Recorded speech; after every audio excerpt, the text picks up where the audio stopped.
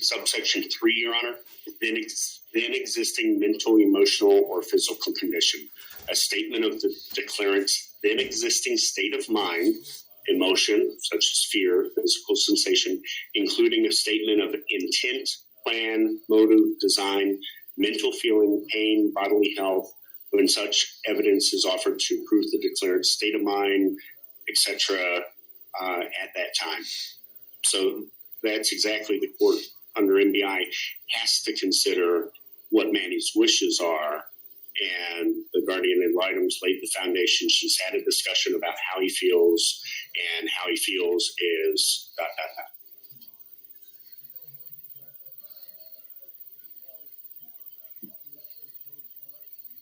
Ms. Goodine, any further argument?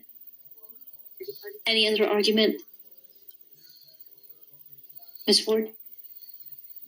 Mr. Karavidian, response? Yes, under that interpretation, pretty much any statement ever made is going to come into evidence. You're talking about what his state of mind was at the time he said it. That might be true, but you're talking about projecting out into the future and using a statement made in the past to project what he's going to want in the future. You're extrapolating out. That's not the intent of that exception. That is to say how he felt at that moment in time.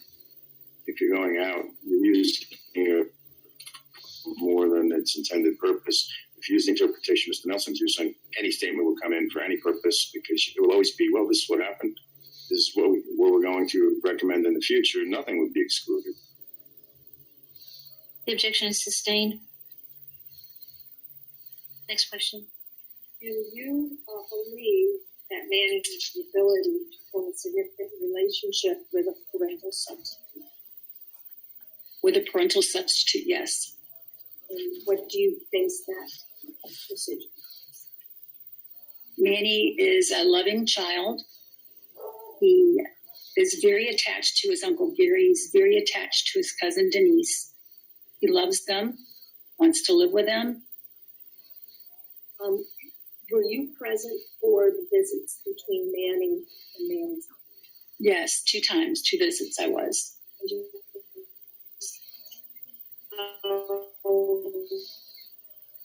I picked Uncle Gary up at the airport, brought him to Vero Beach. I spent all day with them.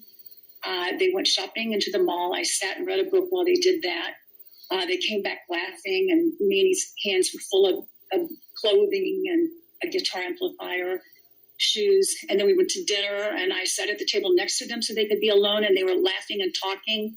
And I could hear Manny telling Uncle Gary, how was it hibiscus, and asking Uncle Gary, when can I come home? And let's say 2 months later, we did an 8-hour road trip to Miami, the 3 of us. And so that Manny could see Miami, and Uncle Gary was willing to rent that car and drive there. And that was a long day, and it was a good day. It was good to see those 2 guys together. Manny has known Uncle Gary his whole life. He used to live with him. They had a family house, and Uncle Gary was in that house. So is there any chance that Manny's going to end up just living with Mr. Gary? I certainly hope not. No, there should not be any chance. He's got a loving family back home in Massachusetts. Do you think that Manny will suffer any emotional harm if you terminate the rights of his father? No, not at all. Do you have a recommendation for the court as it relates to terminating the father's will? I strongly recommend termination of Mr. Roach's parental rights. Manny is 14 and 45 days. He'll be 15 years old. He knows right from wrong, and he knows what he wants, and he wants to go back home to Massachusetts. Do you believe that it is Manny's manifest best interest to have the rights of his father? I do, indeed. No one constraints.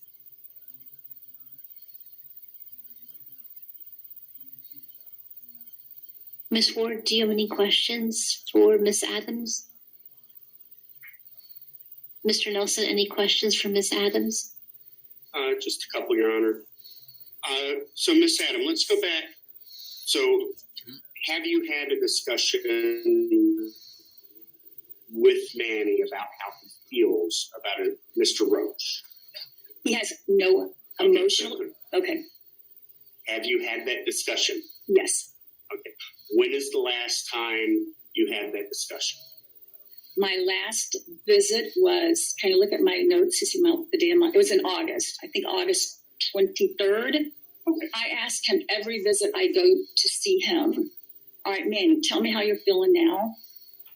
Have you changed your mind about anything? Okay. So at that time, did you ask specifically how, or did he express specifically how he feels about Mr. Roach? Yes. And what did he express at that time were his feelings about Mr. Roach? I don't like that man. I don't want to know him. I don't want to go live with him. Nothing further. Mr. Karabidian, do you have any questions? Just a couple. You said you spoke to him twice, the father twice on the phone during the course of you being on this case. Do you recall when those two dates were? Yeah, one was mid-April, and the last one was right after the attorney resigned. Mrs. Perez resigned. Around July, beginning of July. That sounds right, yes. When you talked to him the first time, Father, in April, had his visits with Manny, had they started yet? No, not to my knowledge. You said you've been on the case for how long? February, March 2nd. Sorry, March 2nd. And when did, do you recall when the therapeutic visits began? No, I'm sorry, I can't tell you. I know that when he went on his normalcy visit in June, that they had started. I believe just started. So you talked to the dad in April, the visits with Manny hadn't begun at that point. To the best of my knowledge. And you spoke to the dad in July. Do you remember, was that after Manny came back from Massachusetts? Yes, because, yeah. And how did that conversation go? With the dad, he was upset about something else. About Mrs. I don't know that you want me to say what he said, but he was upset. The attorney resigned. He wasn't real thrilled with a new attorney. Nobody was on his side. He felt like he should give up. He knows this isn't my fault, and I agreed with him. It's not my fault. And that's the tone of it. Your fault or his fault? No, my fault. He said it wasn't my fault. Well, he was complaining a lot. Did he say anything about his visit with his son? No, he never mentions him except, no. How long were you guys talking for? Do you recall?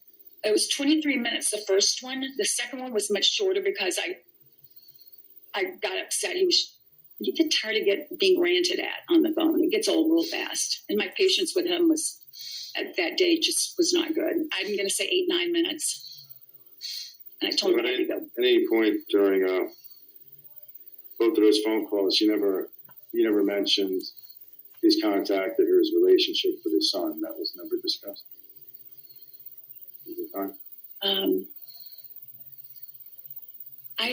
The conversations, I'm going to say no. No, I don't remember that. I don't remember. I only remember him yelling, or not yelling, but ranting. And you said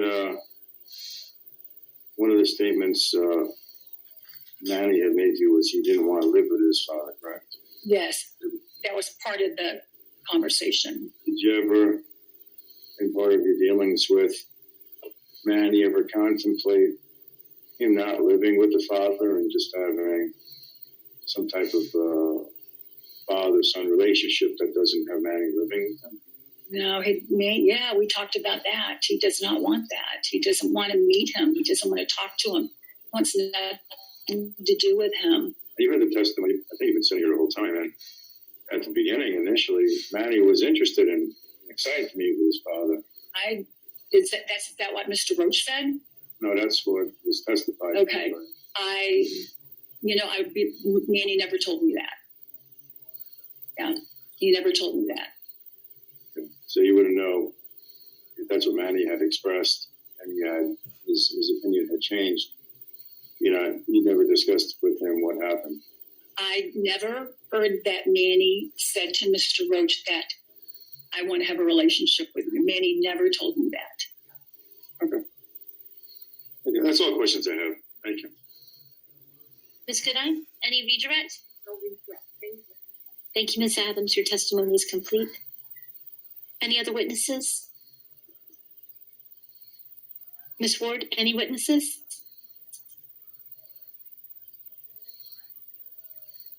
Mr. Kim, Looking at the screen here.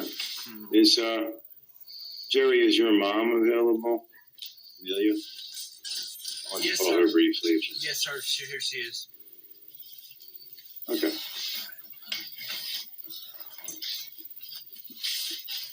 Good morning. good morning. I'm going to give you the oath that requires you to tell the truth. All right. Do you swear or affirm that the testimony you're about to give is the truth, the whole truth, and nothing but the truth? I do.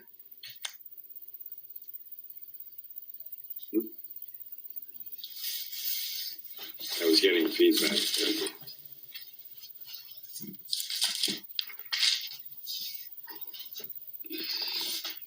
Testing, testing.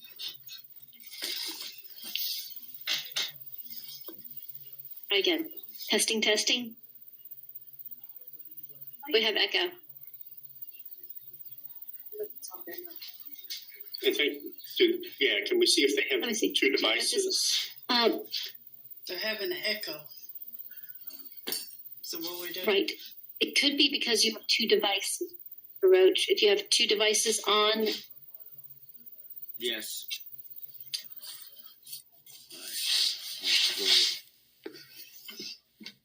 you'll need to turn the other one off. Okay. Right, testing, testing. We're good. All right. And, no, we're not good. Still not. I don't know. A train was just going through. I got but busted. I don't think that had any bearing on it. I got busted, y'all.